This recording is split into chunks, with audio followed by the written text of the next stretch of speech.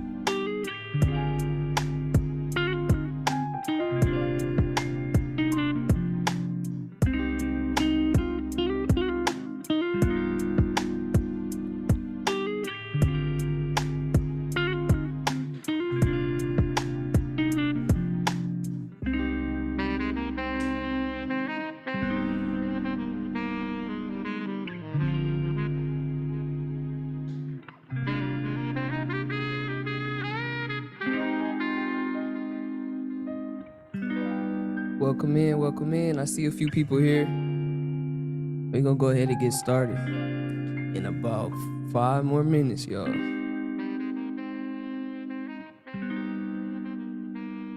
Hey, Yomi. Hey, how you doing? Doing pretty good.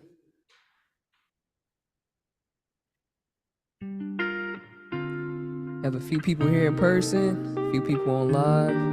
I'm excited to get started. Yomi, do you have the Discord and the workbook? I have the workbook. Perfect. I'll add it in the chat.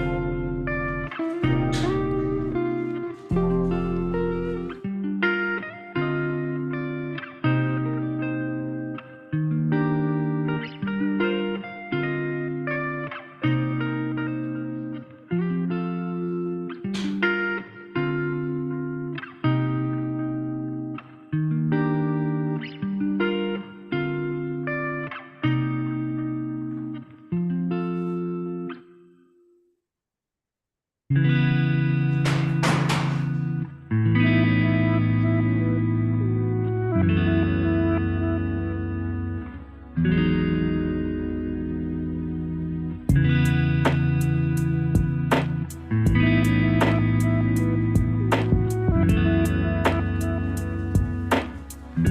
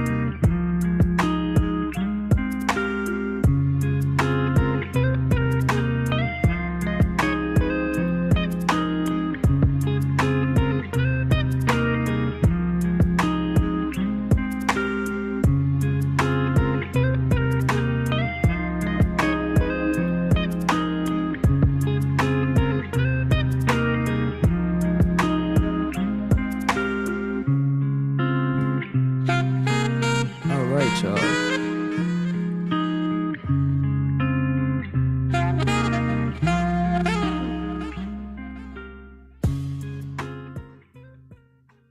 All right.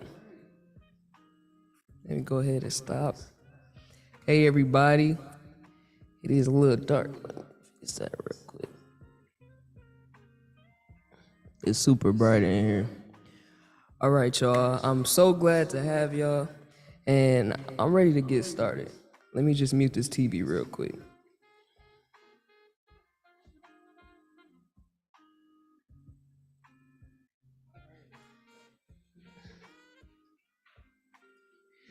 All right, guys. I hope you all have the workbook. If you don't, just let me know or put it in the chat, and I will go ahead and make sure that you have that there. And let's go ahead and get started. Let me go ahead and share my screen.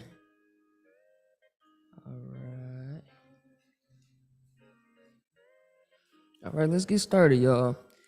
So I do want to get to know some of you all and your businesses. So if y'all are here, just feel free to let us know who you are, what your business is, and how long you've been in business.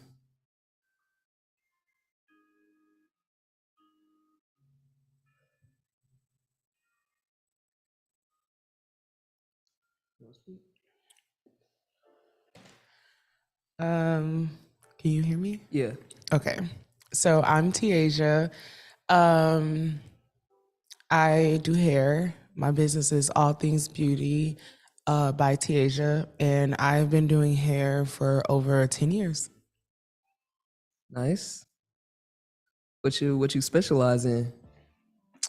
Braids. Okay. That's awesome. I see Yomi online. We have a few people on YouTube live, but I have Yomi here to discuss as well.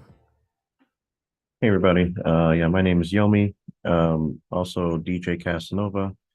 I own Casanova Productions, which is really centered around really performing arts. Anything I do artistically, from dance lessons to like beginner salsa lessons, DJ weddings and private events, also do headphone parties, and then also produce my own music as well. So that's all kind of wrapped under the Casanova Productions umbrella of sorts. That's awesome. All things music. Yeah, so I've been running that for about 5 years now. Oh, that's awesome. That's awesome.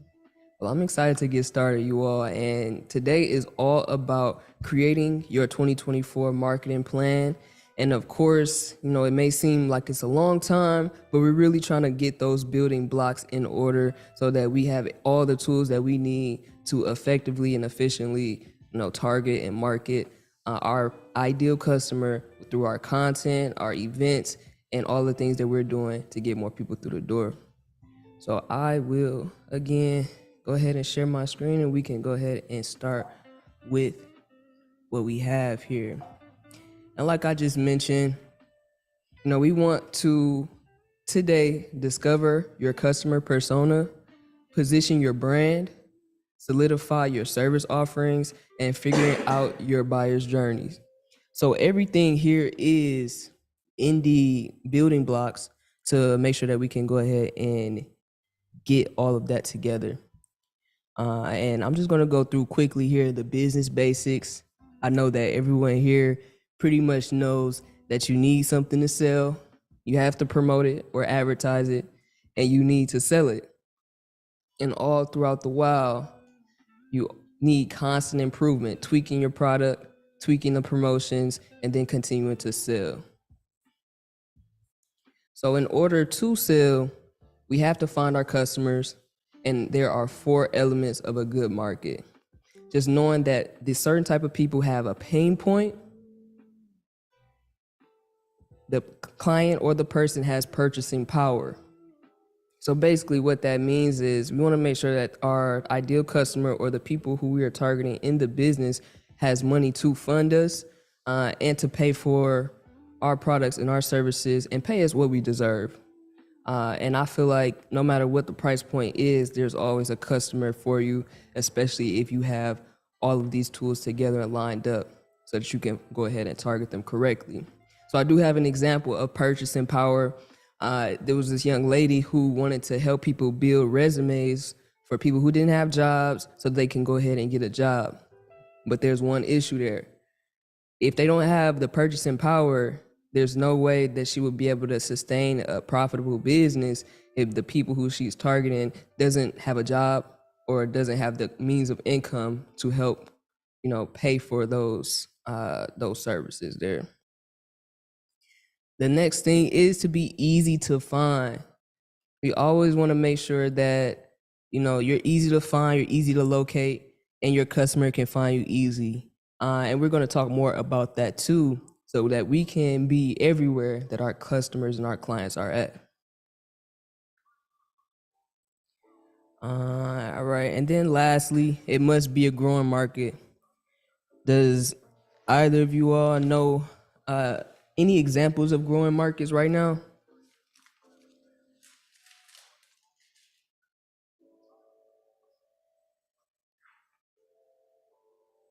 You know any growing markets? Do I know any growing markets? Yeah. I wouldn't say. Well, I don't know. I would say like the beauty industry. That's definitely a growing market. It's continuing to raise up as far as like makeup, hair, extensions. That stuff is. I think that I wouldn't. I think that the beauty industry right now is kind of stagnant. There's actually like a lot of conversations like on social media about how a lot of stylists are having to go back to like 9 to 5 jobs right now. So I think it just depends on your outlook on the beauty industry right now. But I definitely think like a lot of stylists and just beauty professionals in general need to kind of like go back to the drawing board and see what's not working, especially in our economy right now with things being so tight as far as money and things like that. you do have to appeal to the customer. So that's, I don't know, it's just kind of a weird space right now for. Yeah, that's definitely understandable. But I also have noticed, a lot of new makeup brands with influence, of course, like Fenty Beauty and such, where these people have they have influence. I'm sorry, I got a phone call. They have influence so that their product just keeps growing. Yeah. It's selling pretty much. I feel like some other growing markets, of course, is the marijuana industry, Yeah. the electric car market, fast fashion with Shein and H&M, as well as healthcare is growing. There's a lot of baby boomers right now, and there's a large need, for assisted living homes and things like that, as well as travel. Travel has always been a thing, but these upscale hotels and excursions and cruises, there seems to be a growing market there as well. So that's good. I appreciate your feedback there. Okay, so let's talk about finding your customer. Like I mentioned before, if you know who your customer is, then you will never have any problem getting that sale. And a few things that you should know about your ideal customer or the person who you want to work with is their age, their occupation, and their income. For example, we have a business, it's 360 Booth Milwaukee, and we do photo booths, a 360 photo booth. I know you probably heard of it, but we have two customer personas. One is a woman about age 30. She's engaged to be married. So that's not too much of an occupation, but that is something that we could target on Facebook ads or on Google ads if they're recently engaged or if they're engaged.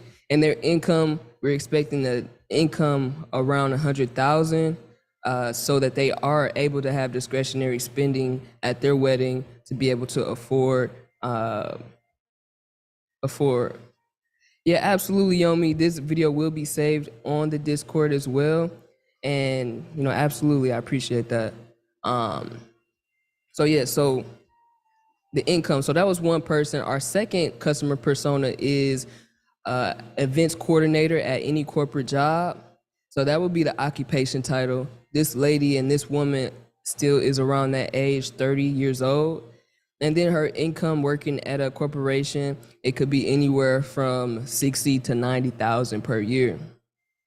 So with us finding this exact persona and we have this one product and service to offer them, the 360 booth, I can always find them on the channel where I know that they focus at. So a channel is, what social media, what websites, how are they finding what they're looking for. So if you are able to identify your customer persona, identify the channel, as well as your ideal product and offer, you're able to duplicate that multiple times and get that same person coming in, inquiring about your product or your service, and it just makes it easy to target them. Do you feel like you have an ideal customer for yourself? Yes, I do. And I also think that that's important, especially when you talk about pricing and things like that. My ideal customer is corporate women. I target more like corporate women who are established financially, who have like set schedules and who desire to get their hair done like on a monthly to 2 month basis. So I know that I kind of like will retain that money, that flow. Yeah, Makes sense. that makes sense. Absolutely. And I feel like a lot of people kind of know who their customer is and their ideal customer, but a lot of people, of course, have not written that down yet, and that's okay. But that's what we're here to do, to write it down so that we can continue to reference and retarget those same people over and over again. So let's dive a little bit into the buyer's journey. You don't have to worry about the workbook yet. I'll let you know when we'll start to work on that. So the buyer's journey.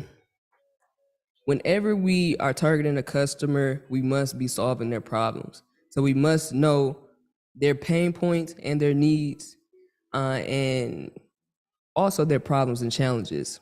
We must make sure that our product and service solves all of their problems, or at least one big problem. So for example, Tiaja here, as a hairstylist, she's helping them with the problem of needing their hair done. They're having a bad hair day. Their birthday is coming up. These are excellent solutions. She's an excellent solution to all of these things. HVAC companies, they fix air conditioners, and tire shops. They repair flats, replace tires, laundromats, clean clothes. And one thing I also wanted to add that I have here is the bigger the problem, the more valuable you are. And that's a big one. And sometimes we may have some people here that are thinking to themselves like, I don't think that, my product is really solving a problem, but I want you all to be open-minded about the ideal customer and what they are looking for. For example, let's say you're selling candles and your ideal customer is someone who is very healthy, someone who doesn't like parabens, they don't like extra things in the air. So for you, your candle company can promote that they are toxin free, they have all essential oils, and just provide them that information on how they can still have a good smelling home without adding those extra chemicals in the candles. And I feel like there's a huge market for that. So I want to ask, is anyone here having a hard time figuring out what their product or service solves? I feel like we got two people here, and I feel like they know more of what their business solves. But do you have any other examples of like businesses where it may be hard for them to figure out what problem they really solve?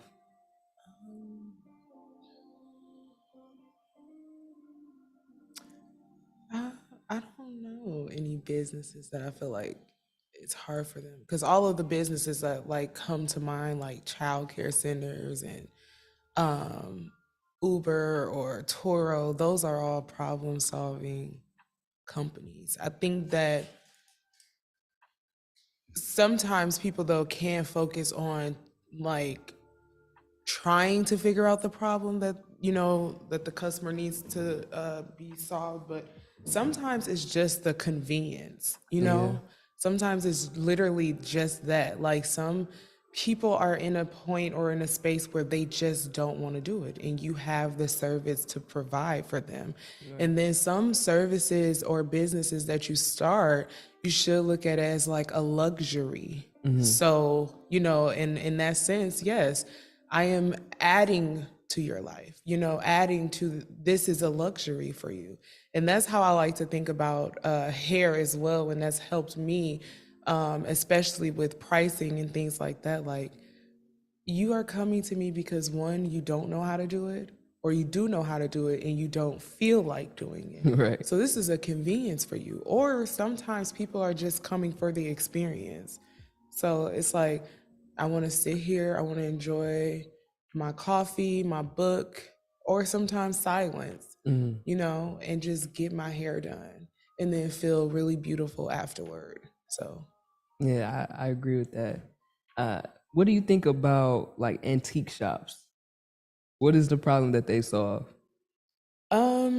an antique shop could, again, if I think about that, I think about it's more so like servicing someone's hobbies, like it could be a hobby thing for somebody, or,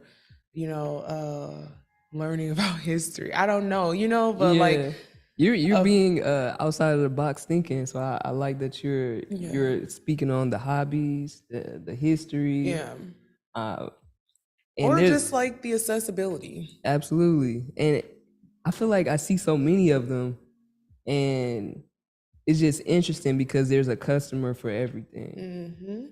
There's a customer for everything. So speaking on the problems that we're solving for our particular customers, we're gonna go ahead and move on to figuring out how we search and find them, or how the customer search and finds you. So how would your customer find your product, your service? Would it be through word of mouth? Would it be reading blogs or reading books? Would they research videos on YouTube to try to get an answer? Are they searching social media or TikTok? And TikTok, if y'all are not using it already, it's an amazing search engine. It's being used more than Google. It's being used more than YouTube for searches. So that's a great place to advertise yourself. And then are they finding your business through um, events like trade shows, conventions, expos? There are some options where people are able to find you. For Yomi's example, being a DJ and being a producer, he may always go to wedding shows or wedding conventions to be able to find those new brides who are looking to have a DJ. But along with being available where they're looking, you also want to make sure that you're meeting their decision-making criteria. What does your customer need to see before making a purchasing decision? Do they want to see a clean website? Do they want to see a social media profile with all of your work? Would they need to see social proof or people like commenting or likes? Do they need testimonials from your clients? Or would they need to see some 5-star reviews on Yelp or Google or any other website? But also, another decision-making criteria is figuring out what about your business means the most to your customer. Is it the price? Are they with you because you have a premium price, or are they with you because you're affordable and have a low price? Are they with you because of the quality of your work or the quality of your product? Are they with you because of the brand reputation, like an Apple or a Nike or a Lululemon, where there are comparable products, but you just have that great brand reputation? Or is it all about convenience? I know, Tiaja, you said that your business, a lot of people are doing it based off convenience, but are there any other decision-making criteria that you feel like set you apart? For me, I always, because it's like, especially Milwaukee, like it's so like oversaturated. So I try to make sure that my customer service is just like top tier. And I feel like a lot of my clients are clients that's been with me for a long time. So I think it's easier for them to make the decision on me versus someone else. And it not even necessarily about talent, but it's just about me being available, me answering, them, and not having them waiting 2 and 3 days for me to respond to them, or I've never not shown up to an appointment. I'm very timely when it comes to my appointments and how I book them. I don't have people waiting. And that's no dig to nobody else, but like I have been, doing this for a while, and then like I've only ever worked in 2 shops, so I'm very like I pay attention to those things. And if you hear what people are saying, you should take heed to that and try to make sure you're doing exactly those things for people. Right. And I would say your quality too is important. Yeah, for sure. Yeah. But like in hair school, they teach you, and this is like, yes, quality is very important. But like, say for instance, if you are someone that your client know that they can depend on, you're easy to talk to, you're easy to work with, and you mess up their hair, it's not something that they necessarily like, but you are, very respectful to them, they'll still pay you. They'll still, and they'll still come back to you, but they might say, hey, last time, or hey, could you fix this? Versus someone who doesn't have good communication. isn't very friendly or personable, they'll be like, dude, you messed my hair up, and like I'm never Never going back coming to to you them again. again. So I think that yes, of course, quality is important, and I think Right. that is one of the reasons why, and consistency, Right. especially in my business. But I think that what a lot of people lack is great customer service and really appealing to the client. Yeah. Well, that makes sense. And that leads us right into our first working section, where we will take 15 minutes to go through the customer persona worksheet as well as the buyer's journey.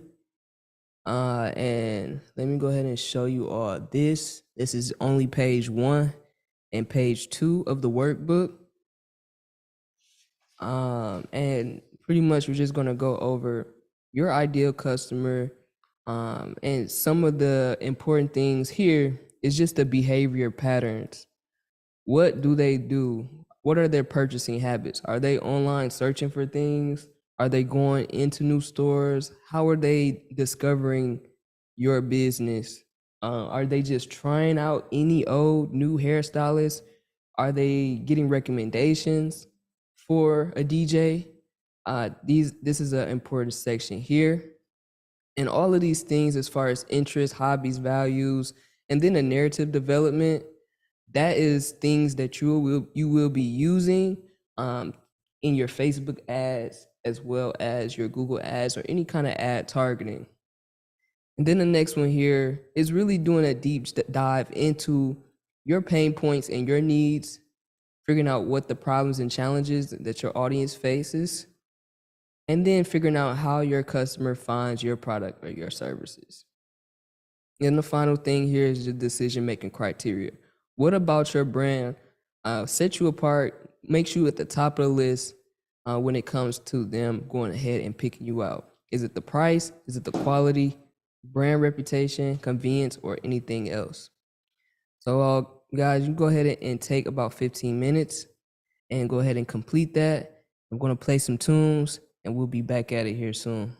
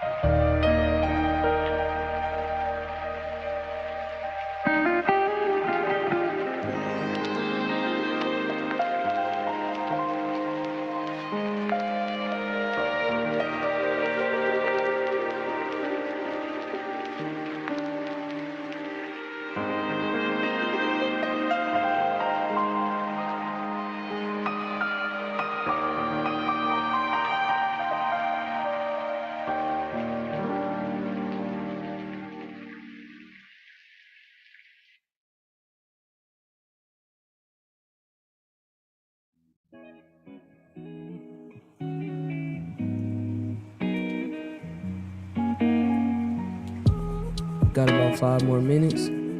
I'm gonna get back started.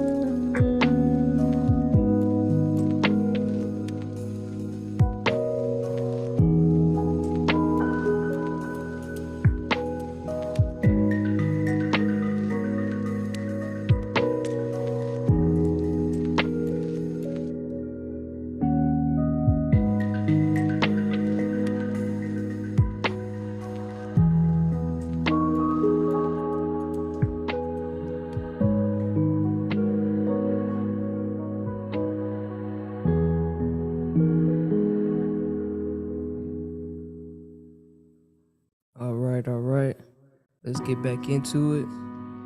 I want to see if y'all have any questions or just any comments about that work section. Be right back.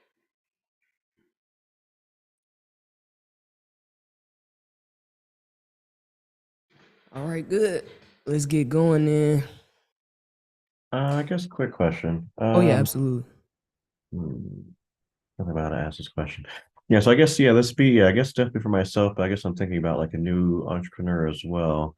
So I know you were talking about trying to figure out pretty much based on this worksheet, kind of figuring out how your people would be like their purchasing habits and stuff like that. How do you figure that out if you're I guess if you were like brand new into your business, how did you figure out how those people would be like searching for that stuff A or lot of people like your do business?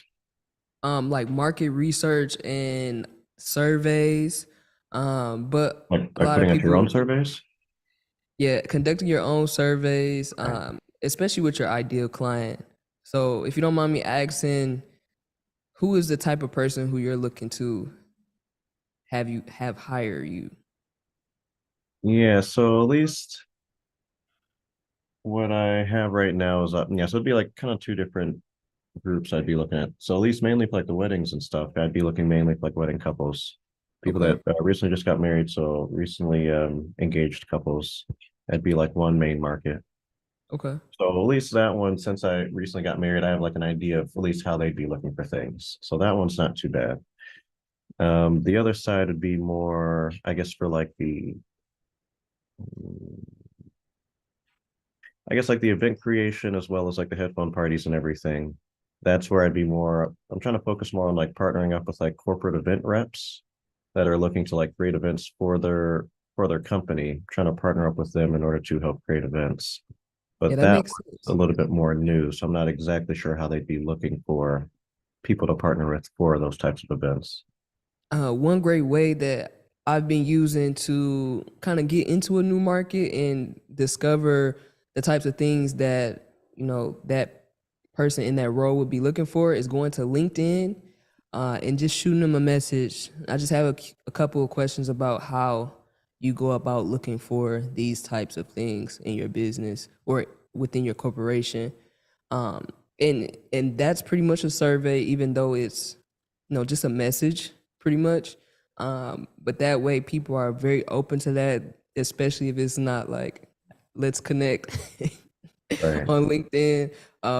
But that's a particular way that you can conduct those types of surveys, and even with your previous customers with weddings, you can go and ask them, how did you find us, or how did you go about finding a DJ for your wedding? And you can talk to your past customers or anyone you know who recently got married, and use a DJ for their event.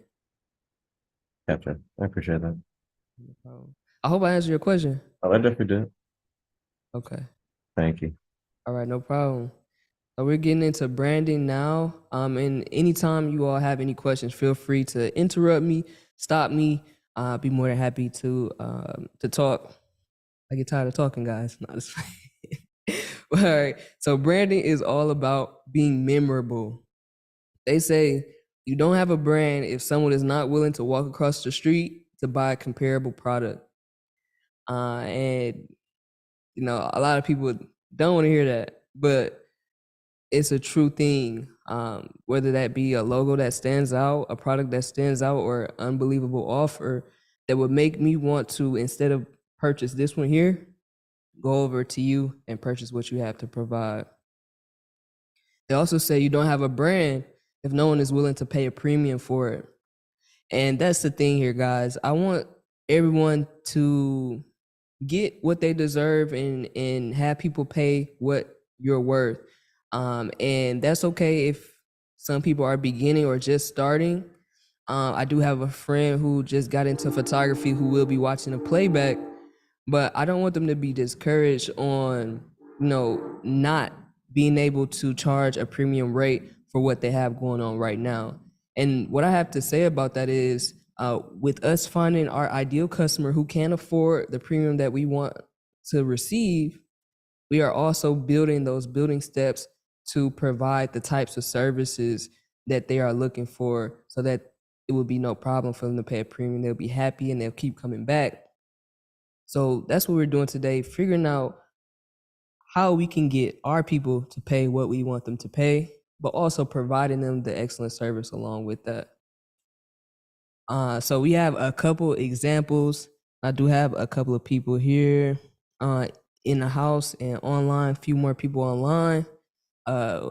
My example for branding is Hermes versus Nike. So I want to ask you guys, do you guys know how you get a Hermes Birkin bag?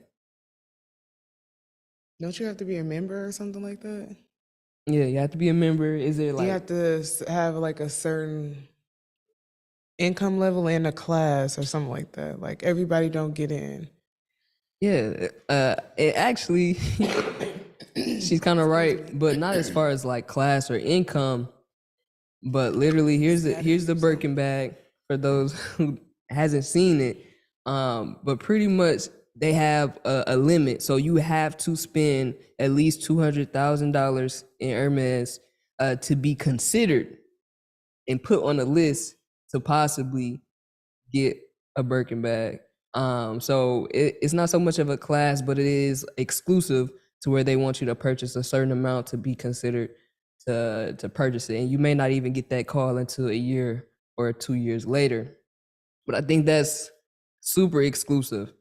And if we're going back to Nike, how do they get their best products? It is still a little exclusive. I know that with Jordans, you had the sneakers app. I don't know if a lot of people have used it, but you have to go on the app and you have to sign up for the raffles, and you may or may not be chosen to get the shoe. But most of the time, these shoes are general releases, and you can find them, but it's not as exclusive, or they don't have as many prerequisites as Hermes. And that's just one example there. Do y'all have any other examples of branding and how exclusive they may be with anything? No? I mean, basketball ticket sales. Basketball ticket sales? You How? have first of all, you have ticket holders, season ticket holders. Mm-hmm. And then you have those who get the boxes, or the, what do you call it? The club members. They are the only ones that can like access certain things within the arenas, and they are the ones that get like kind of like the perks and benefits. Yeah. So that's one that I can think of off top. That makes sense. That's a good one, actually. The NBA is a brand in itself, but then even having those individual teams, of course, the owner needs to make money, so they need to market themselves and market their team and their brand in a particular way as well. Mm-hmm. And I think the Bucks have been doing amazing, especially with the new arena, getting new players as far as Lillard, and then Giannis has, really sparked something in us in Milwaukee. So I'm really happy about that. So here's our next example: Rolls Royce versus a Kia. And not a lot of people know that Rolls Royce are usually, if they're new, they're made to order. And that just means you can't go to a dealership to pick out a car. These customers purchase this car. They pick out if they want the stars on the roof. They choose the wood grain if they want wood grain, the color of the leather seats. And it's particularly made to order, and unless you're getting a used vehicle. And here's just a good example of their website. It's very clean. It's showing a little bit of the design and their process. And they're showing the vehicles, but there's not a selection on where you can purchase the cars. They may have the models, but it's not anywhere where you can say, oh, I want this one, send it to my house. And the thing about these cars is when they go and sign up to purchase these cars, of course, they pay for it or they make the deposit, and it takes them up to 6 months to ship out the car. And that's the interesting thing about it. If they know their customer market, they're probably, it would make sense for them to be a millionaire to purchase this type of car. And these particular customers already have another car, so they're not too worried about waiting 6 months for a car. On the other hand, Kias, you need to go to a dealership. You can purchase them online, and they're easy to find. And with that, you do have some prerequisites as well, as far as, if you're getting finances, you need to pass the credit score. You can figure out what kind of model that you want, but it's more accessible than a Rolls Royce. And that's pretty much based on brand. Kia has their particular customer, Rolls Royce has their particular customers as well. So with that being said, getting your leads has a barrier to entry. Like I mentioned before, with the Rolls Royce on the website, you had to literally go and find a dealership, meet with somebody to get a car. And you have to decide with you and your business if you want many leads to come in or if you want quality leads to come in. And the way that you do that is having a barrier to entry when it comes to inquiring about your services. So I have two examples, quantity versus quality. And there's the examples that we have here is lead forms on Facebook, TikTok, or your website. Easy 3 to 5 question quizzes. And I love quizzes because if they don't answer a particular question right, it'll end the quiz, and you can either send them about their way or have them sign up for a list. DM and text conversations, that's a pretty good one, but I recommend to not be texting back and forth with your clients. You will want to get all the information right away through a form and then be able to talk to them in a conversation, whether that be through text, DM, or a phone call. And then lastly, we have a one-click to call. So I have a few examples of this. Go check it out here. Exit this out because we talked about that. So here's one example. Here's a lead form where they're getting the basic information. They're getting the names, the emails, the phone number, but they're not getting the square footage of the home or what time or day. They're just getting this basic information so that their team can go back and reach out to them. They also have a click to call. So that allows for them to get calls as well. So this is pretty much a low barrier to entry. Our business, 360 Booth Milwaukee, is a pretty low barrier to entry business as well. We have a longer landing page that has all of this information, but we also just have a quick quote. But one thing about our quote is that you have to have an event date, so that we can go ahead and reach out to you pertaining to that date, making sure that we are available.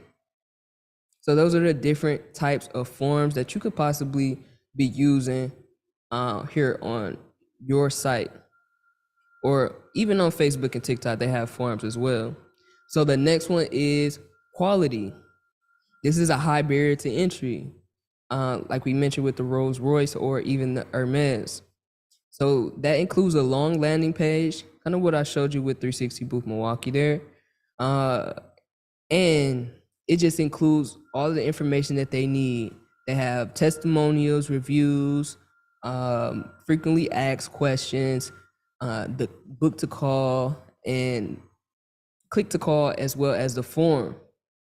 But some other examples is rigorous application processes where they would apply through a form, they'll have a video sales letter, and then they'll book a call. They can also apply through a form, have a video sales letter sent to their email, and then have them apply on a longer application once they qualify them. And then lastly, my favorite one here is the apply, setter, close.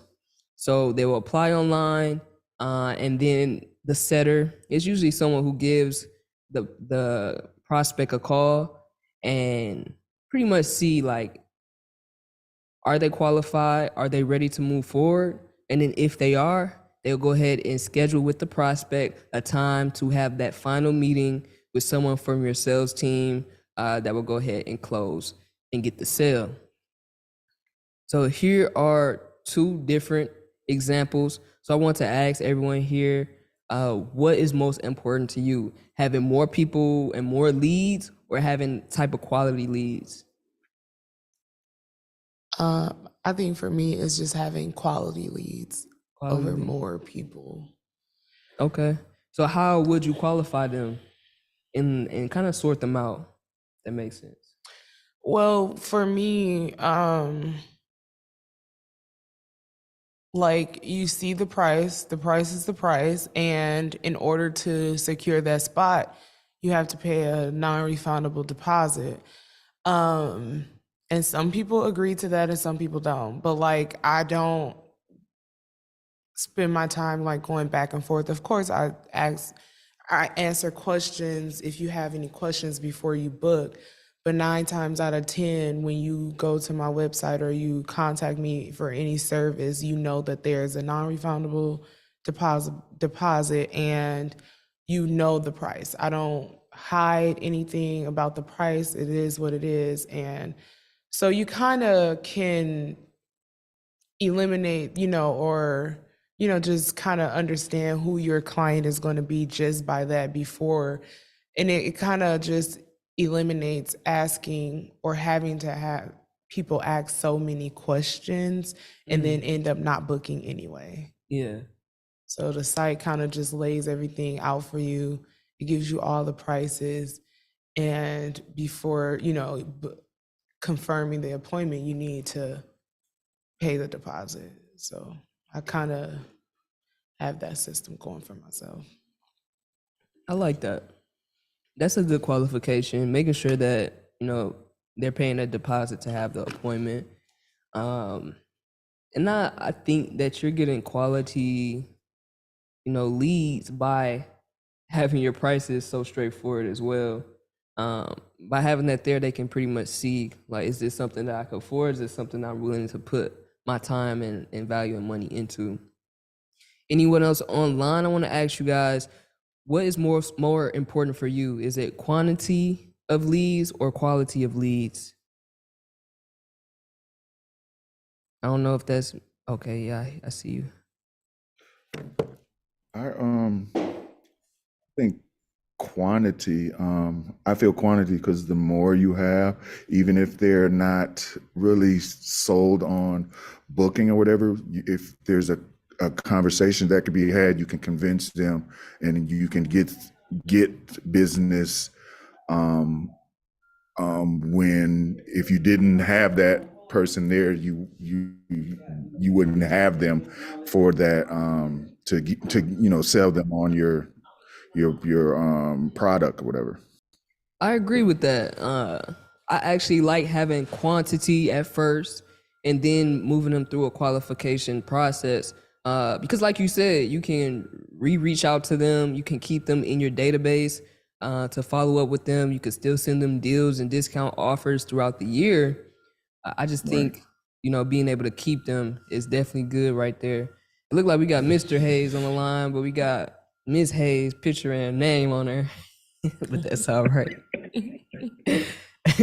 But I appreciate that feedback. So I also wanted to talk about a brand guideline. So, but before that, going back to the leads, it's up to you to decide how you will make that process for your customer to get to the final steps. Do you want them to DM you? Do you want them to fill out a form? Do you want them to have a phone call? You kind of have to figure that out and figure out what kind of questions will leading up to that you want to have known, because you don't want to be in a sales call wasting your time if you know that they're not the client. So you should try to figure out that stuff before the nitty-gritty comes into place any way possible. So going back to brand guideline here, I want to ask, does any of you have a brand guideline, or do you know what it is? If you don't have one, do y'all know what it is, and y'all let me know. You got one? Please No? explain. Okay, I got you guys. All right, so here is our brand guideline. This is Intellect Media Co's brand guideline, and basically the 3 essential items to include in a brand guideline is the typeface or fonts that you'll use, as well as your logo alternatives, and then your color palettes. If you can see across our presentation, Even on this here, we use all of our colors. We're using mainly this color. We're using our pink. We do have a little bit of blue going on here and there. And this is so that your brand can be consistent across all platforms. One thing I do want y'all to look up is Coca-Cola's, or no, Pepsi's brand guideline. It's a 30-page document. They have specificities on how they want the logo to be on bottles, how they want the logo to be on top of the name. You can be as descriptive as possible, because these things are important for your web designer, your graphic designer, what else? Or any videographers or editing team. They would want to make sure that they're using your colors, your fonts, so that you can have your consistent brand across the way. You've never seen Nike with a different font. You've never seen Adidas with a different font or a capital letters. They always use lowercase letters within their logo. So that's just something to keep in mind if you don't already have a brand guideline, just to get that in place, not only for yourself, but for the other people you'll have come in and help you in your business with your website, your graphic designs, your videos, your commercials, anything that you hire anybody else out for, just making sure that they're using your consistent brand so you don't have to go back and forth with a ton of edits. All right. Let me see if we're right where we need to be. Okay, yep. So we're going right into our service offerings. All right, let me go back to the slide. What does your customer want? Obviously, we know what we provide, but we need to really get a deep dive into knowing exactly what our customer wants so that we can provide that exactly to them. So back to the business basics, we need something to sell. So, Tiaja, can you be my first example? Yeah. All right. No, let's have Mr. Hayes here. We're gonna have him go. So what is the service that you provide? Graphic designs. Okay, nice. And how does it set you apart from your competition? That's kind of hard to say. I think I have my own style. I'm not for sure. Okay. That makes sense. And that's more of a deeper dive. We talked about a little bit before you came, our ideal customer. So if we can bag up a little bit there and just talk about that with you briefly real quick. What is your ideal customer? What kind of person do you want to purchase your graphic designs? Someone who can afford it? What kind of role are they in? And what would they need your work for? I think my ideal customer is somebody who believes I can give them what they want. If it's from a logo to a flyer to illustrations of a book, I listen to them. I get to know what they want, and then I give them a synopsis or an agenda, or my idea of what I see, my vision of what I see, what they want, and I give it to them, and then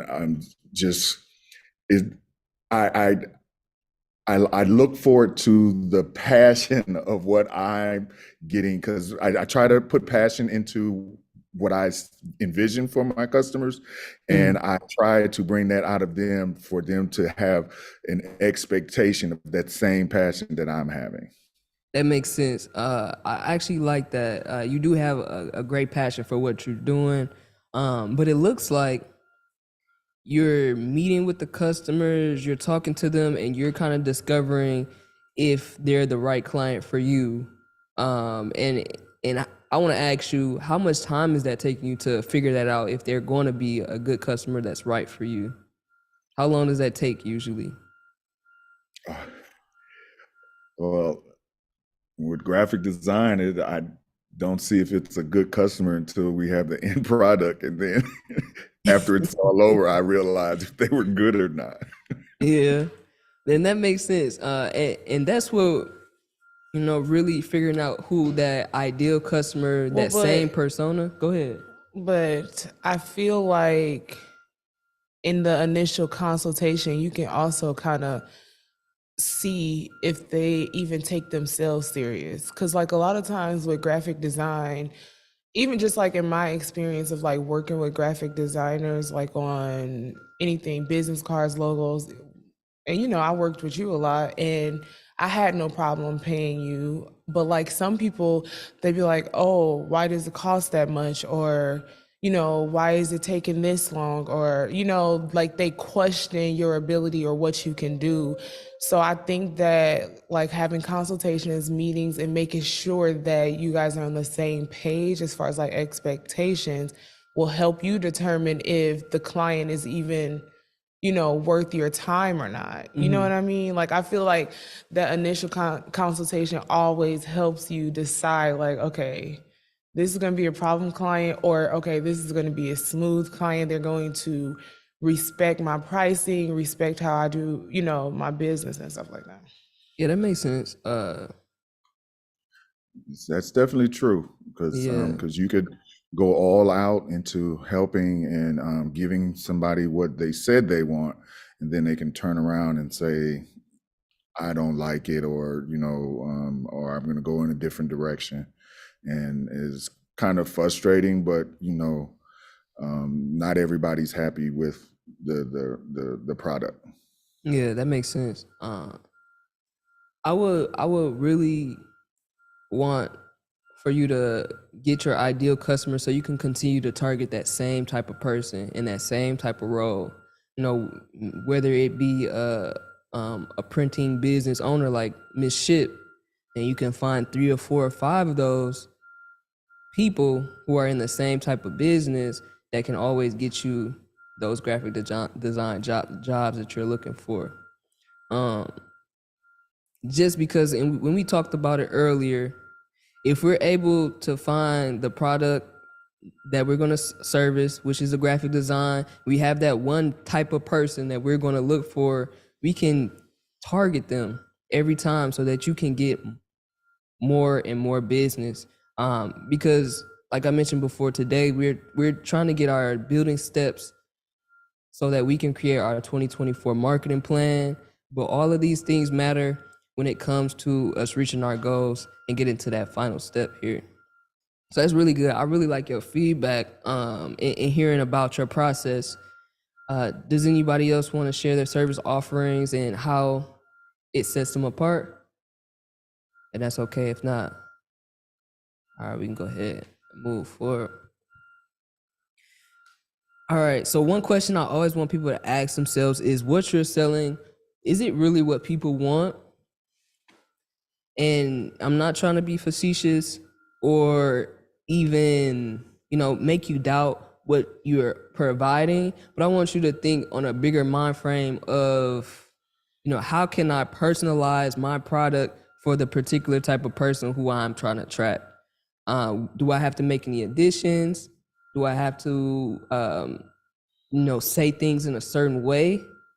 Do I have to make it a more luxurious experience?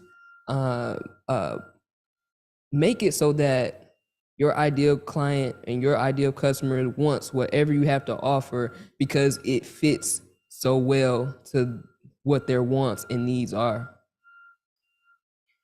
All right, so here are a couple of definitions that goes with the workbook pages 6 to 8 that we'll work on soon, but I do want to go through a couple of definitions really quick.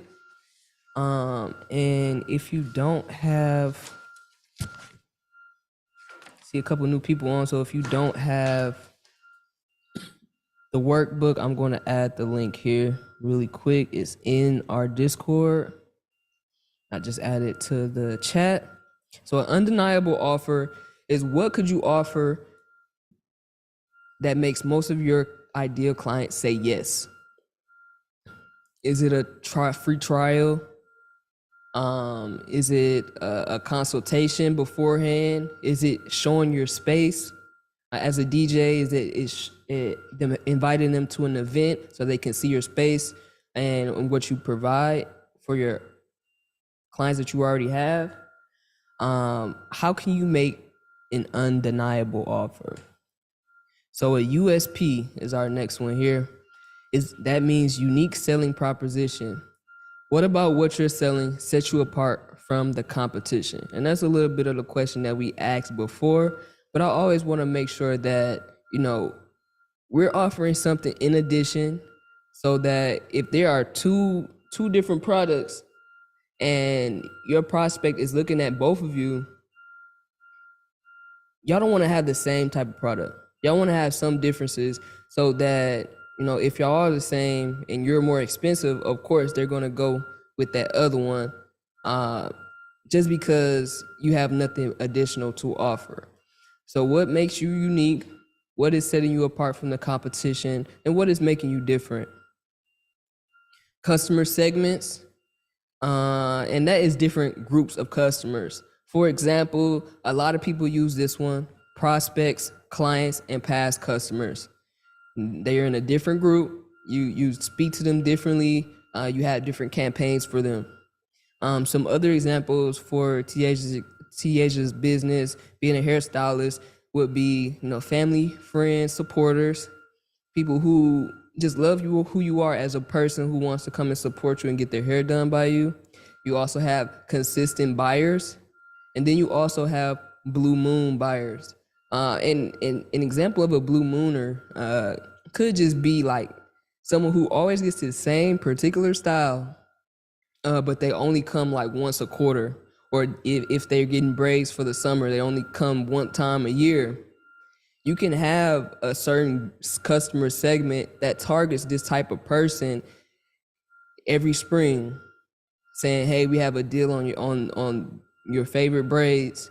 Come and join us." Even though you're not sending this message to anybody else but your blue mooners who get this same particular style at the same time of the year, this is a great way to segment your customer, to target them on particular things and particular items. And like I mentioned all before, guys, this is all building blocks that I want us to build upon each other, so that we can go ahead and figure out how we're going to target, how we're going to create content, how are we going to speak to the people who we want to be in front of, and not just, our clients who we've been working with. Because some of our clients may be our ideal customer, but not all the time. Not all of our clients are our ideal customer who we want to be working with. So if we get our messaging correct, our strategy together, all of our information that we're working on, we can go ahead and create that marketing plan with ease, because we have all the documentation here. All right, so the next definition really quick is pricing tiers. And this is just levels of prices with different benefits. For example, we have bronze, silver, gold, and platinum. And that could be a lot of different things. Let me go ahead and show y'all our wedding pricing tiers. So we have bronze, we have silver, we have gold, and we have platinum. Platinum, we also have some things in here people do not want to go without, as far as the reception photo booth, engagement photo session is on all of those. So a photo booth sets us apart here, and then a full film of the ceremony and reception speeches. That makes people want to go for the platinum, but I can guarantee you guys, it's been studies that show if you do have pricing tiers, people are more likely to choose anything that's in the middle. They probably are least likely to choose your lowest package, because they're going to see what other things you're adding to make them go ahead and go forward and move forward with those other items. So that's an example of pricing tiers. And lastly, we have pricing models. All right. So this is the way that you receive money from customers. And let me know if I'm moving too fast or I'm talking too slow. I am a slow talker, but I'm trying not to say and stutter, guys. All right, so cost plus pricing is usually for like contractors, or even if you're selling an online product. For general contractors, they use cost plus. Whatever materials they're using, they just add a profit profit percentage, maybe 10 or 20% on top of the cost of the materials or the cost of the action or the service that they're providing. A cost plus could also be a good one for online e-commerce brands, where of course you want to get the cost back from what it took to purchase the product, but you also want to have a little percentage on that as well. Next, we have value based, and that's all about perception. Our big brands, Lululemon, Louis Vuitton, they are at a premium price based on the perception of your client and your audience's perception of that brand and how much it's worth to them.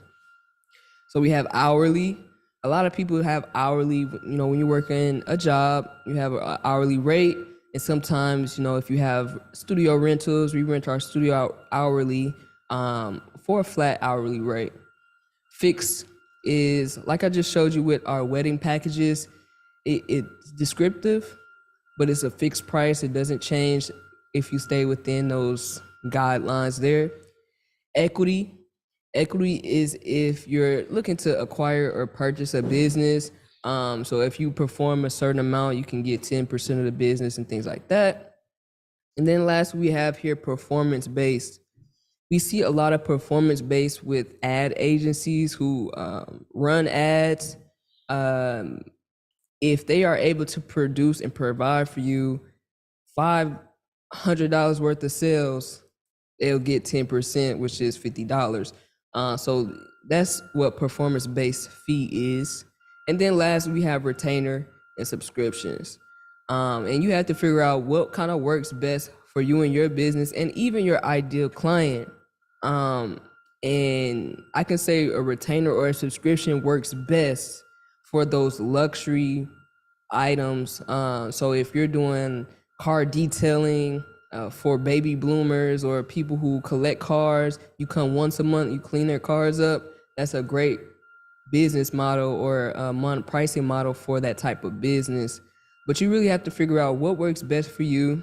You can even be on a retainer for corporations if you're a DJ, and you can come and do all of their events up to 4 events a month.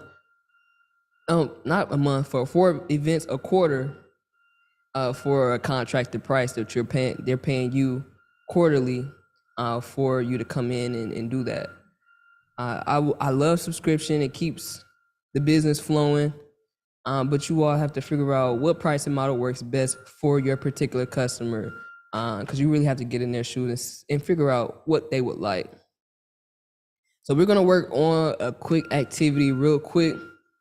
I have a couple of people on here, so I want you all to list out all of your products or services, put a star next to what customers buy the most of, and put a circle next to what makes you the most or profits you the most. Let me just screenshot that real quick. And do you have any volunteers who want to get started with that? So I'm gonna write it down. I'm gonna write it out now. Yes? Let's do you. Are you okay with that? Okay. Let's put on here jumbo braids. Okay. And what are some other hairstyles or services you provide? Bohemian knotless braids or boho knotless. Okay, what else? Or like regular knotless, medium knotless braids. Okay. What else? That's it. That's it? Okay. All right, so our task here is to, you have any more? I mean, they just Mostly this, and with variation. Yes. Long, medium, short. Okay. All right.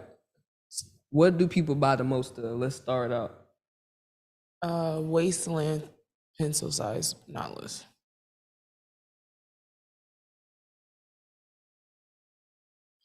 Okay, we're gonna start that one.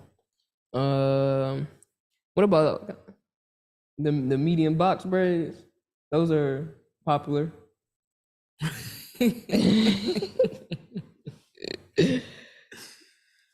Oh Okay. man.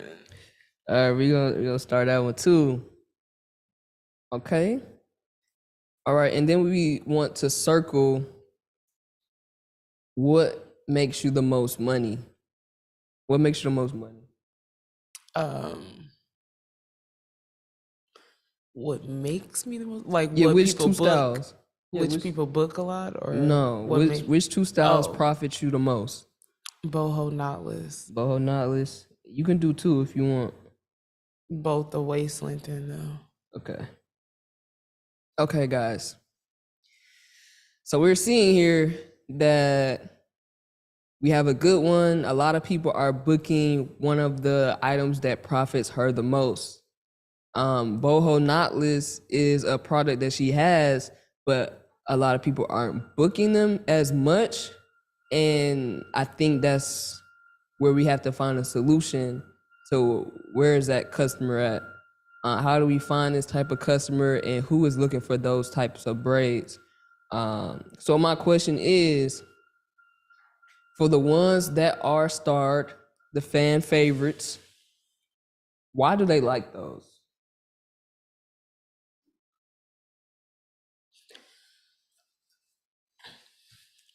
couldn't really tell you. Why do people like knotless waist length braids? I don't know. I think one of the reasons is all braids is relatively convenient to have. They're easier to maintain, and they're what's popular right now. Everybody is looking to have them. Everybody likes them to have, for vacation. Everybody considers them to be a protective style. Okay. I like that. Popularity, trending, a nice style. Okay. Is there any reason why they like for you to do it? Or they like when you do that? It's okay if not. You say no. I don't know. I'm assuming because I do it good, neat, Very consistent. neat. Okay. I don't take a long time, All right. relatively. Okay, good. What about medium box braids? Why do people usually tend to go for that item? They don't take a long time, and they're sort of cheaper. Okay.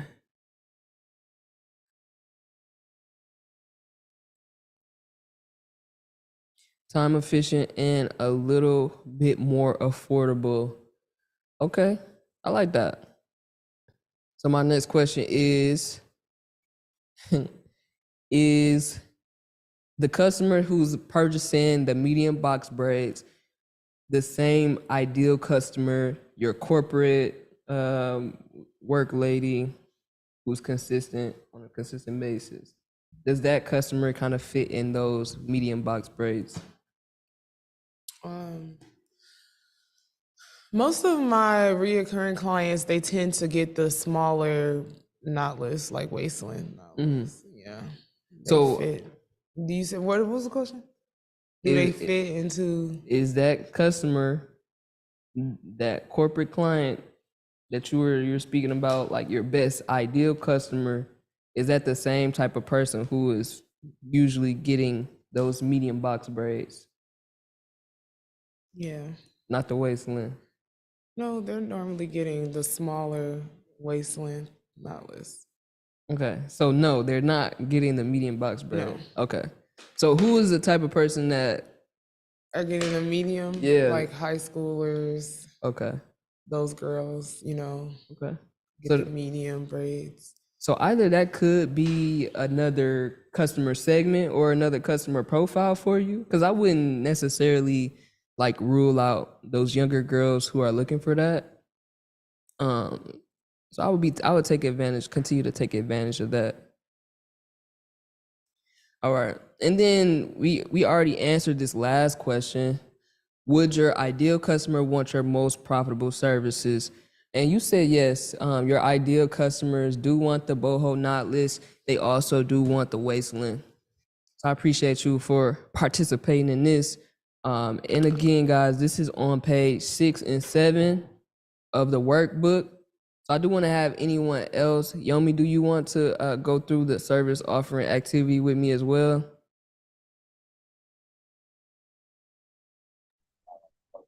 I could quickly. Okay, absolutely. Exactly. We can't sign off on that. I can't hear you. What'd you say? Yeah, sorry. We got a meeting going on, so just making sure I'm not missing nothing. Okay. Yeah, so at least what I have right now, yeah, so services would be wedding DJ services, Mhm. private event DJ services. This would Okay. be slightly different. Headphone events and rental, Okay. group and private dance lessons, Okay. music production, and then I guess we could kind of keep with that for now. Music production. Yeah. Okay. Nice. What are some of the fan favorites or things that are you're getting booked for the most?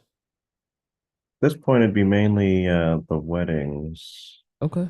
and it's like private event services. Okay. Is it the headphone events? The silent party is a big thing for you too right now. So that one. So I guess I'm separating. Yeah. So at least right now, I'm kind of separating like the private event ones from being like someone like booked me for an event or I'm like DJing at like a bar or a venue. The Mm. headphone events this year has been mainly more I'm like putting on the events myself. So Okay. not really being booked for it, more trying to kind of get the word, kind of get headphones out there in general. But haven't really been able to. I got booked a couple times for like renting them out for events, but it's only been like 2 or 3 times. So I Right. couldn't call it like a opt-in booked thing. That's nice. That's nice. That seems like a hit though. So I do want to ask, what is most profitable for you? That'd be the weddings for sure. Okay. Any other second runners? Second would be probably the private DJ services. Okay. That's really nice. So you're pretty much aligned with what makes you the most money as well as what customers buy the most of. And that could be some good branding, some good word of mouth, getting into, you being most profitable within your business. So I do want to ask, um, are they the same customers from your ideal customer worksheet that are purchasing these? And I would say yes, because you said the engaged couples. Hmm. Do you have any other like customer persona profiles that come to mind? The other one was like the corporate kind of like event planners or I guess like wedding event planners really. But I haven't really tapped into those yet. So at least for weddings right now, I get some hmm, privately, I guess like directly to me, but then I also work with like another wedding DJ company and I get a decent amount of the weddings through there. Right. I think this is really good. Being able to have the same people that you're looking for purchase these events makes it easy for you to target that same type of person who's booking from you. And for those corporate people, I would just take note of their job title so that you can go in and find other people with those same job titles for those corporate events, especially.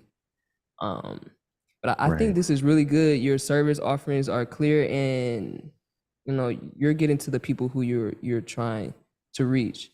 For your other events here, they weren't starred or circled. Are they still pretty profitable for you? And are you looking to gain new clients in those areas as well? Um, so at least for the headphone events, I guess that's where I'm focusing more on like the corporate areas instead of like yeah, so trying to focus more on like getting booked for headphones or renting them out instead of trying to like focus on like promoting myself and getting people to come to events. So that's been the focus this year, but didn't go as well as I was hoping for. So yeah, headphone events would be more of the corporate focus. The group and private dance lessons, I guess that was I was doing a lot of that before COVID. I started going more into the private lessons during COVID. But once Mhm. COVID opened back up, I kind of that's when like my wedding DJing and everything started to pick up. So I focused more on the bigger items that made more money, like the weddings and the private events, and haven't really done the dance lessons in a little bit. It's something I probably plan on bringing back up. That makes sense. Yeah, maybe next year sometime, but it would have to make sense to where I'd rather like do I want to spend my time making more money at the weddings or Right. potentially less money with the dance lessons. Um, Absolutely. yeah, so that one's like on the back burner for now. The music production, that one, I guess it's just made me think about another potential I guess client could be artists. Because that Mhm. one right now, what I'm recently been doing is I've been working with like another dance instructor, but she's like does like dance performances for schools in different places. And I've been pretty much putting together the like the background music for it.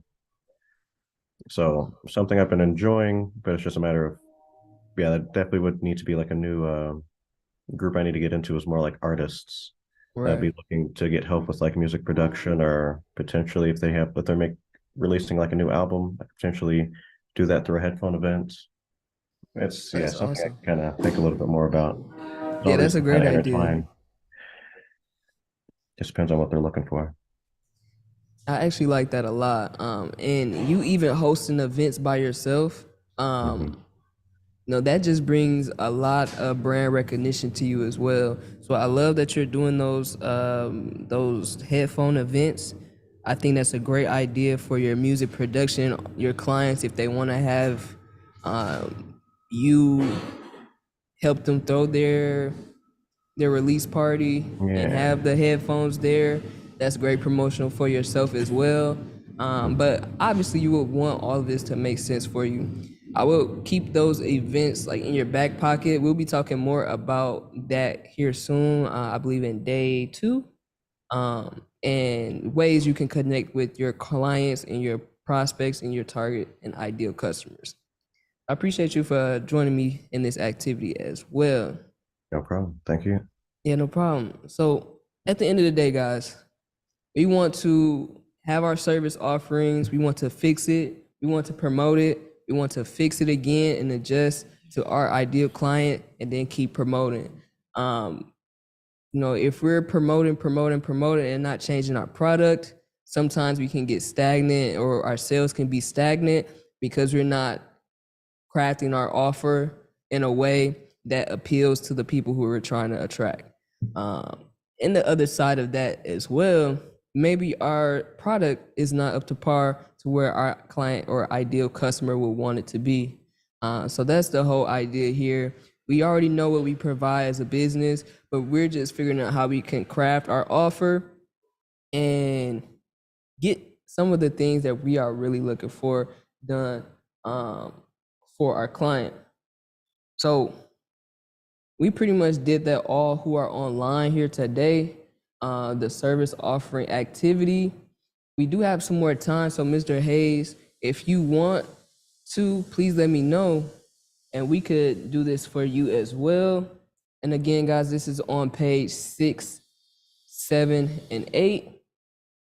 This is what I would like you for you to work on for your service offerings and pricing strategy. Page 6, 7, and 8. Mr. Hayes, if you're still on, let me know if you would like to do the service offering activity real quick with me as well. Sure, I could do it real quick. All right, all right, all right. Okay. What are some of your services? Give me about 5. Um, about 5. Yep. Let's go. Logos, logo branding. Um, uh, the vertical banners, T-shirts, book illustrations, um, advertisements as far as flyers and announcements. Okay. Is that What are five? Yep. Okay, thank you. What are some of your favorite or your fan favorites? What your customers buy the most of? Probably the most. It's probably the logos and branding. Okay, and then would it be anything else here as well? You can do two fan Uh, favorites. the favorite, probably the flyers and announcements. Yeah. Okay. So which of these products is most profitable for you, makes you the most money, and keeps the most money in your pocket? The book illustrations is probably the one that makes the most money. Okay. And the logos. They make, Okay. And the logos. you know, It's a banner. vertical banners. Yeah. Okay, nice. So, with this being said, logos is a fan favorite. Seems like it's being advertised and marketed correctly and promoted correctly to get you that consistent business that you're looking for. It's also pretty profitable for you. We do have book illustrations. So, what I would say for that, um, how can we continue to find authors um, that are looking for book illustrations, because that can be a customer segment of yours where you can take advantage of and find where they're located, and offer your services to them so that you can continue to get more profitable jobs out there for you. Flyers is really good as well. So I guess I'm gonna go back to my questions really quick. Why do they like your logos and your flyers? Um, Probably it's probably part of my style. I try to make them very appealing to the eye, and um, I I'm very I'm I'm very good at making it appealing, Okay. especially with the logos. I have a style that I try to stick with, and they are really dynamic. I will say that my logos are dynamic, my flyers are dynamic, as well as my pretty much all of the stuff that I do. I feel like it's just full of colors and eye catching. Mm-hmm. I think that's part of why it's so popular. I like that. Uh, it stands out from the rest. It stands out from the rest. That's good. Even my simplistic logos are they stand out. Okay, I like that. So what I'm trying to think of here is, I do want to introduce you as well. And you can go ahead and introduce yourself, your business, and then kind of talk about uh, how long you've been doing the business and what stage of getting clients and stuff are you at right now. So I'm definitely in the beginning stages. I my business is H&H Graphics, and I've been established since October 18th. And I pretty much got started during the pandemic. Was just doing favors for friends. People knew that I have like graphic tools, and was able to do a party announcement or a business card or a banner or something, and it just slowly turned into something I felt that could be lucrative and I could make decent money off of. I'm in the beginning stages. Like I'm still creating my website. I'm still building my social media brand. Like I'm definitely green in all of this. Mhm. So it's kind of hard for me to answer some of the questions because my customers are pretty much the people who know I exist. It's not that they're really coming from like me reaching out through social media or sending out post mails or anything like that. You're right. That makes sense. And that's pretty much our goal, to figure out how we are going to market in 2024, who we're going to market, where are they at, so we can find them. And like I mentioned before, I'm gonna keep saying it throughout this whole event, that we're just building the building blocks here. So I'm gonna keep this in my back pocket, knowing that you do logos, vertical banners, apparel, book illustrations, and flyers. And we're gonna put together a plan so that we can get more book illustrations. We can get more logos and branding from multiple different places based on uh, some of the things we already set in place, as far as our service offerings, our customer persona, and then some of the things that we're going to be looking into tomorrow, growing our business, buyer's journey, as well as planning. So you're doing a lot of things here. I do have a question for you really quick off the top of your head. Where do you think that you can find clients at right now who don't already know who you are? I really feel like social media, once I establish a presence there, that alone could generate a lot of business. So dedicating like that platform to my graphic design. Right.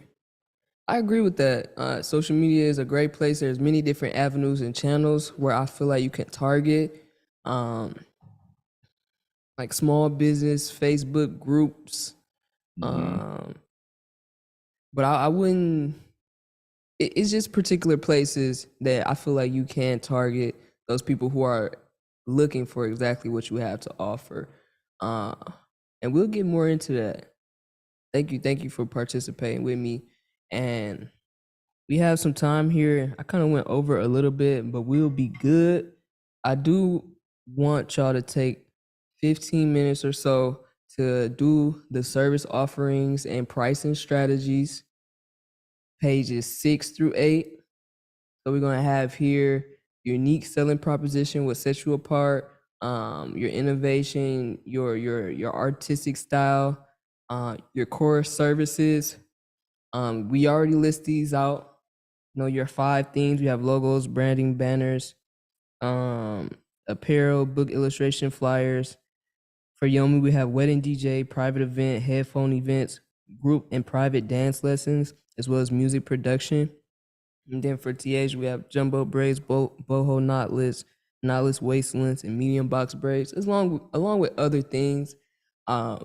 Just add on here your core services, what makes you the most money, what you sell the most of, and then what's most profitable for you here. And then your pricing strategy. What kind of pricing strategy do you need to put in place to make sure that your ideal customer is most of the time going to say yes? Also want to make sure that you're calculating your costs, what it takes for you to travel with all your DJ equipment, including production, your marketing, and your overhead expenses. If you're paying for any like websites or cell phones, you have to calculate that into your costs as well. So just develop a pricing strategy that works best for you, but also aligns with the customer's desires and needs.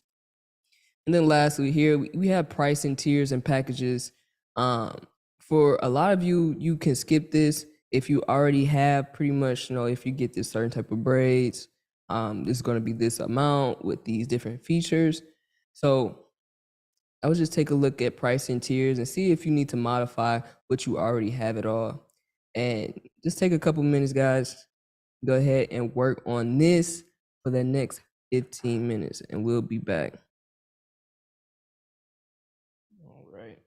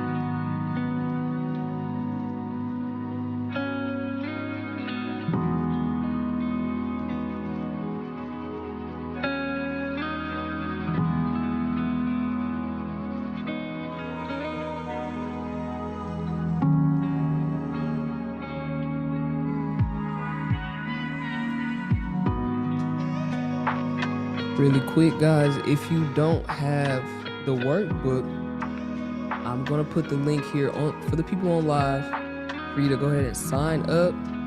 And once you join, you'll be sent over to our Discord, where you're able to go ahead and download the workbook here. All right, guys. I'm gonna post the link here on our live sessions here on YouTube as well as Facebook for those who need the workbook. All right.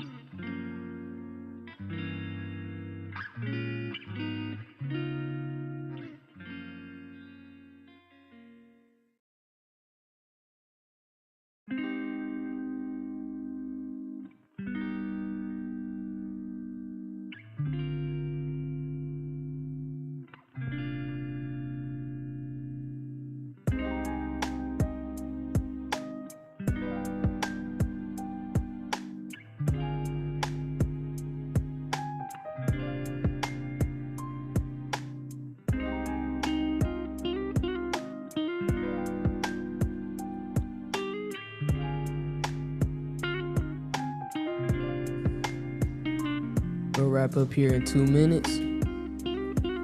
I'll wrap up with this activity in 2 minutes.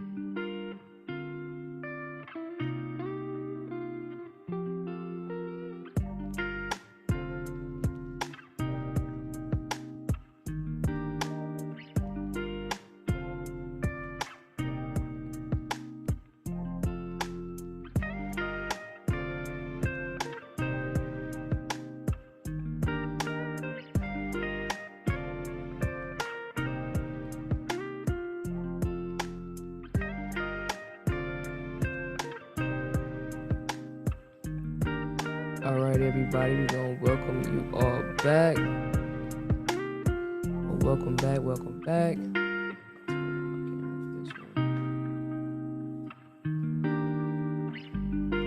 All right, you guys, turn the music off. All right. So we're wrapping it up today. We ended kind of like an hour early, it seems like. I did have some networking for us to do, but that's okay. We can discuss more of that tomorrow, but I do want to just show you guys the Discord that I put together for you all, because this will be a yearly event, and I'm super excited about it. I'm super excited that today went well, no technical difficulties. We were just flowing and having a good time. So back here on our Discord, I just want to give y'all just a quick walkthrough of everything that's going on here. We have our playbacks. If you need to watch this video again, it'll be located right here in our playbacks. For resources, we have, let me back up a little bit.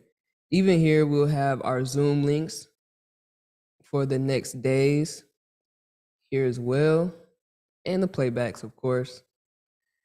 For resources, we have the workbook, quick, easy download here.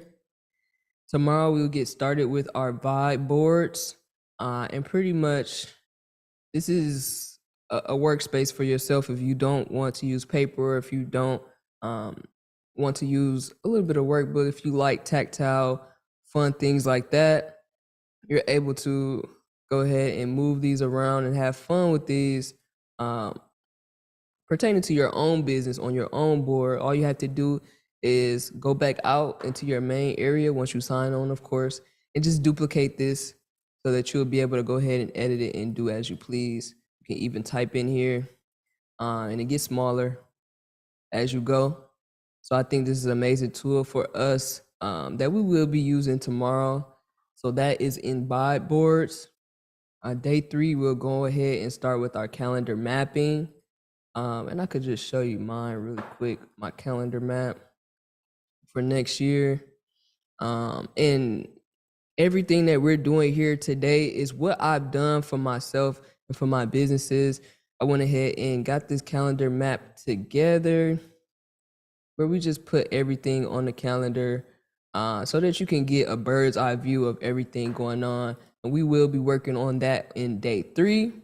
And then the last thing we have here, we'll be working on our buyer's journey tomorrow, but we have an advanced buyer's journey if you want to get a deeper dive into what this looks like. Again, these won't be editable, but once you get it, you should be able to duplicate it. And if you cannot, please just message me in the message board in the questions. I don't think you can comment in these, and I'll get back to you. So today, we talked about our customer persona, and I also have some of my favorite book recommendations in here as well. Let me make this bigger for you guys. Here's some of my recommendations: Super Fans by Pat Flynn.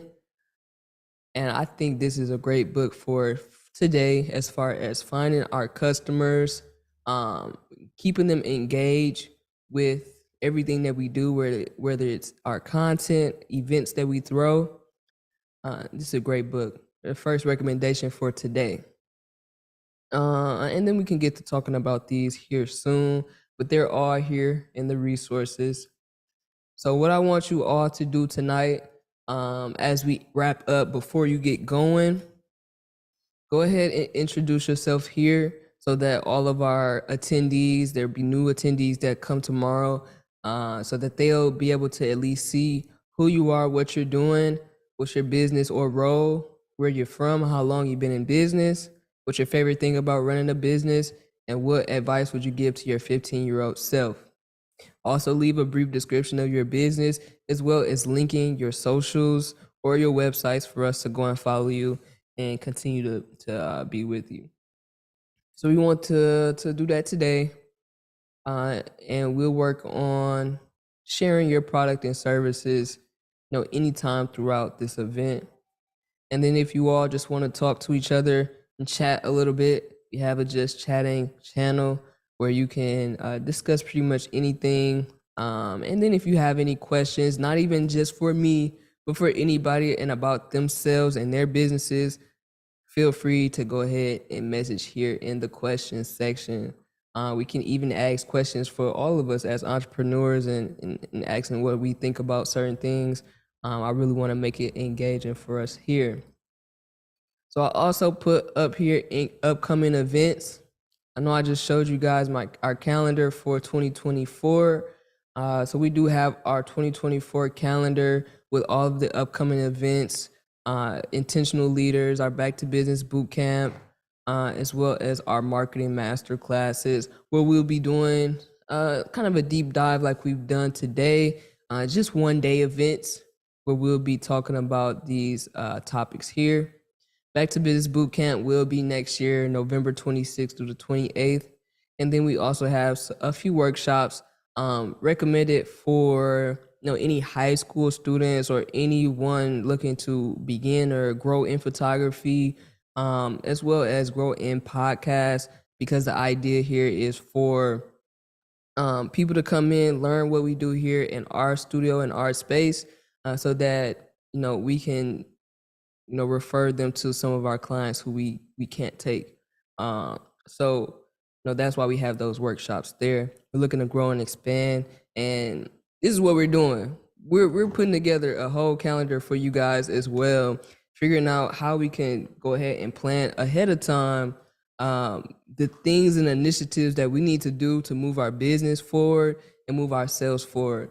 I can really see Yomi having tons of headphone events, promoting himself and his business, and even just scheduling out and planning some other events or just meetings where him and his peers get together as well. If you're interested in Intentional Leaders, we have a Facebook group here.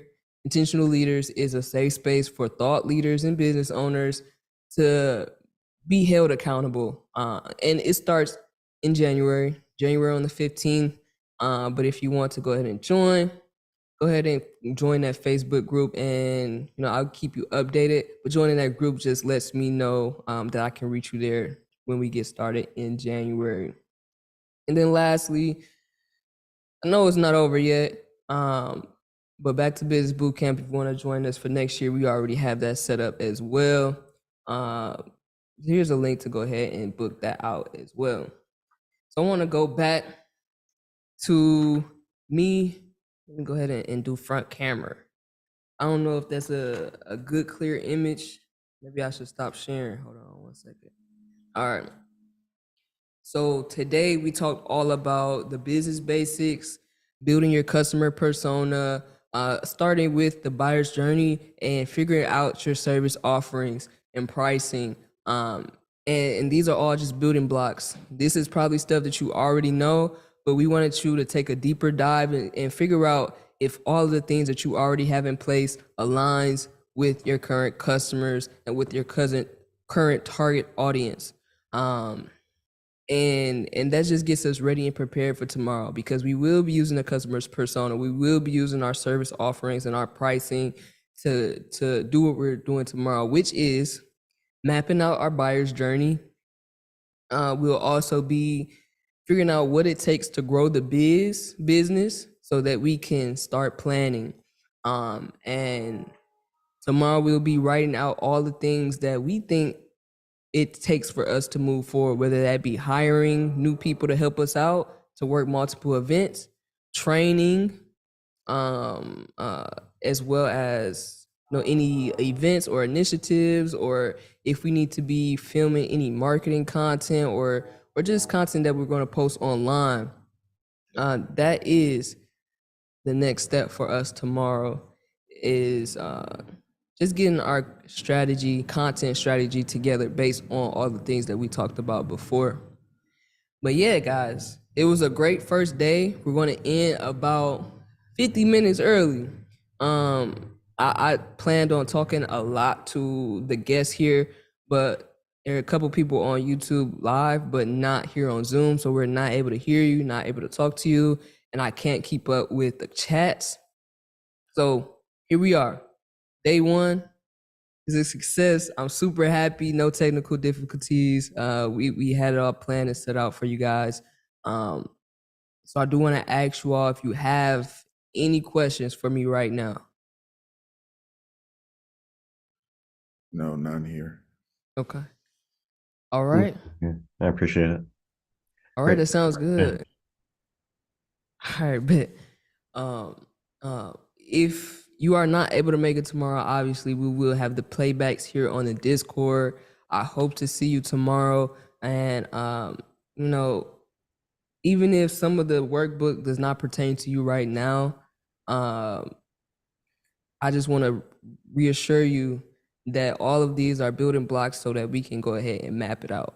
I'm super excited. I'm super happy about today, and I can't wait. I can't wait to see the maps and the content strategies and the calendars that you guys come up with. And I'm just super excited and happy that you all joined us today. If you know anyone who may be interested in this, I want you to feel free to share this link. I'm gonna get the link to y'all, but share the link, have them sign up so they can join us tomorrow, watch the playbacks, because this is free, guys.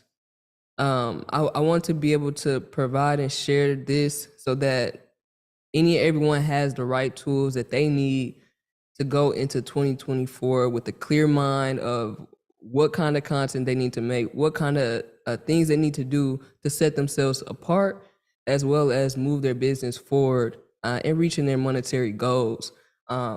Marketing planning to me is business planning.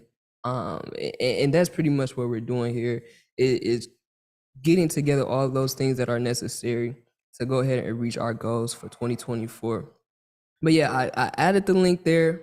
If you know any business owners or just anyone who is looking to get a clear idea on their marketing, go ahead and share that. And I hope to see a few more people here in the Zoom tomorrow. And that's all, guys. That's all, guys. If y'all have any questions, I'm going to stick on for a little second. We're going to stick on for maybe about 10 minutes with the music playing, unless we have any questions at all. All right.